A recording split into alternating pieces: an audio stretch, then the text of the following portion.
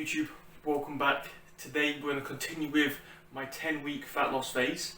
This week has been week 4. I'm going to walk you through how the week's gone, what progress we've seen, and then what that means moving forward. If you haven't seen the previous videos, do go give them a watch because it outlines my plan for the 10 weeks. It outlines my current targets, so you'll get a better understanding of where we're at. If you do find the video helpful, do please drop a like. If you do have any questions throughout this, throw them down below. And if you haven't already, do please subscribe.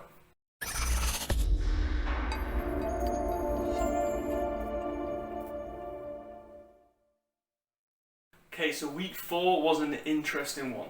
I had family over, which meant the week as a whole was very, very social in terms of eating out and getting food in.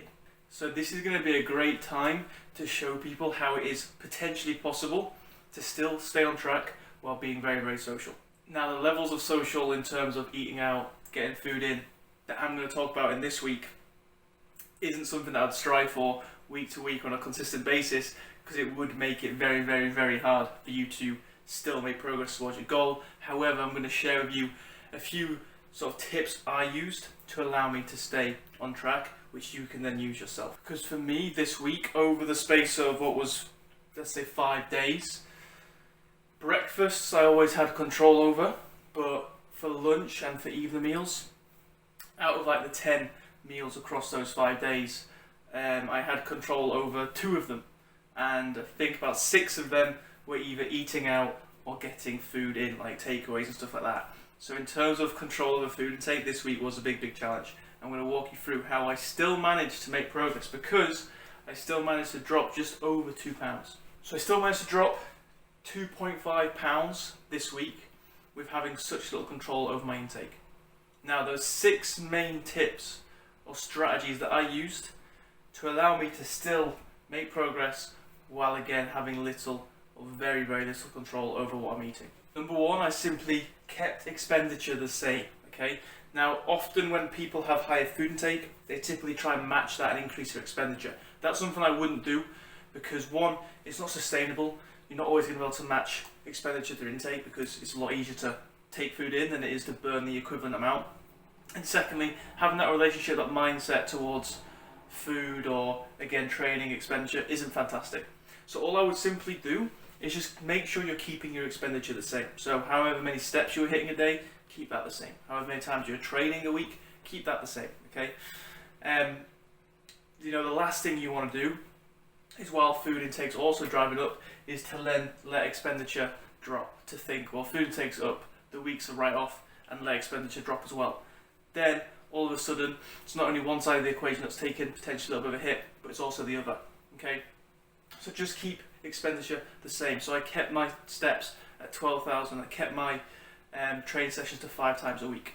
Secondly, over the meals that I did have control over, so that was every breakfast, and that was the lunch on Saturday and the evening meal on Sunday. Over those meals, I simply reduced the portion sizes, okay? Now, I did this mainly through carbohydrates. So in breakfast I had oats, so I dropped them roughly by half. In that lunch and that evening meal, I had rice with it, and then dropped that by half of what I usually have, right?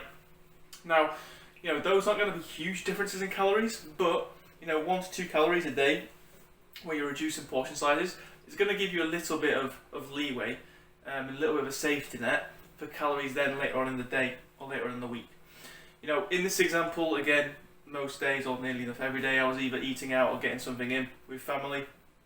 If you're not having such of a, let's say, extreme week in terms of socials, or maybe you just have that one social or that one event coming up towards the end of the week, you can really take advantage of this, and you can maybe reduce calories by like 1 to 200 a day leading up to that event.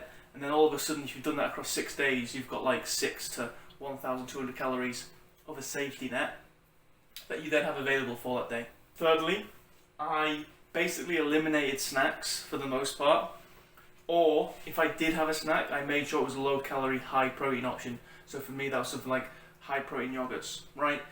Now, the reason why, again, if we eliminate snacks, or if we pick lower calorie options when we do have them, again, it's saving calories. It's almost, creating a bit more of a calorie safety net for later on in the day or the week. But secondly, if we make sure that if we are having them, or when we are having them, they're high protein, it's helping with hunger management, right? So the meals that we do have control over, or the snacks that we do have control over, if we make sure they're high protein, what that's helping with is that when it comes to then going out for a meal or getting food in, because we've managed hunger well throughout the day, we're not starving, right? So when that meal comes, we're not wanting to go all in, and therefore likely to take calories even higher. Fourthly, where possible, now this isn't always easy, but where possible, with the meals that you are eating out or taking in, the ones that you don't have as much control over, try and pick smart options. So, try and pick options that maybe aren't going to be crazy high in calories. Pick options that have decent amounts of protein within them. Pick options that have decent amount of veg within them, if possible. So again, just because we are having a meal out or a meal in, doesn't mean we need to go all in, right? Doesn't mean we need to go all out and go crazy. We can still be smart about them and try and manage that situation by picking options that are maybe, again, not so high in calories, high in protein, high in veg, not going silly with sides, Typically when people, think about sides, just because they're small portions and the name of them as a side, they typically think it's lower calories. But in a sense, a lot of sides are actually quite calorie dense, and they all add up. Number 5, reduce or eliminate calorie dense drinks, okay? Drinks are a very, very easy way to ramp calories up without even really noticing, right? They don't have much or any impact on your hunger, so you can easily knock back a few drinks, and with that, a few hundred calories, okay? So be sensible with your drink intake.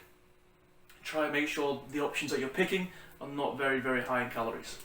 And then lastly, eat to hunger, not fullness, okay? So when you feel like you're not hungry anymore, you're stopping eating there.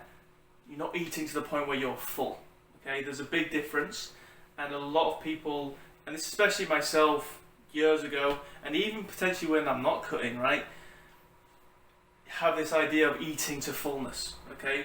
Which we don't necessarily need to do. We just simply need to eat to hunger, right? And if there's food on your plate and you're no longer hungry, that's fine.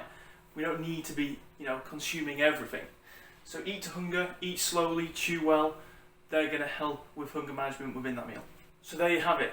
That's how this week I've still managed to make progress, drop 2.5 pounds, while being very social, eating out, getting food in, having very little control over my intake. So hopefully those tips have helped, okay? For me moving forward now, because this week was so hectic, and I didn't really even manage to track calories. I didn't track calories for all that. I just followed those simple steps. So for me now, it's reverting back to the targets that I previously did have. So back to 12,000 steps, back to 5 times training a week, back to 2,600 calories a day. Reverting back to those targets and then seeing what comes with that the following week after hitting those targets consistently. Okay. In terms of training, most things are still in a good place. In terms of sleep, energy, mood, things in a good place. In terms of hunger, everything's still in a good place. So it's now simply returning back to those previous targets, and again staying consistent and getting back on track. Hopefully you found this video helpful. If you did, do drop a like. If you've got any questions after seeing this, do throw them down below. And if you haven't already, please do subscribe. I'll catch you on the next one.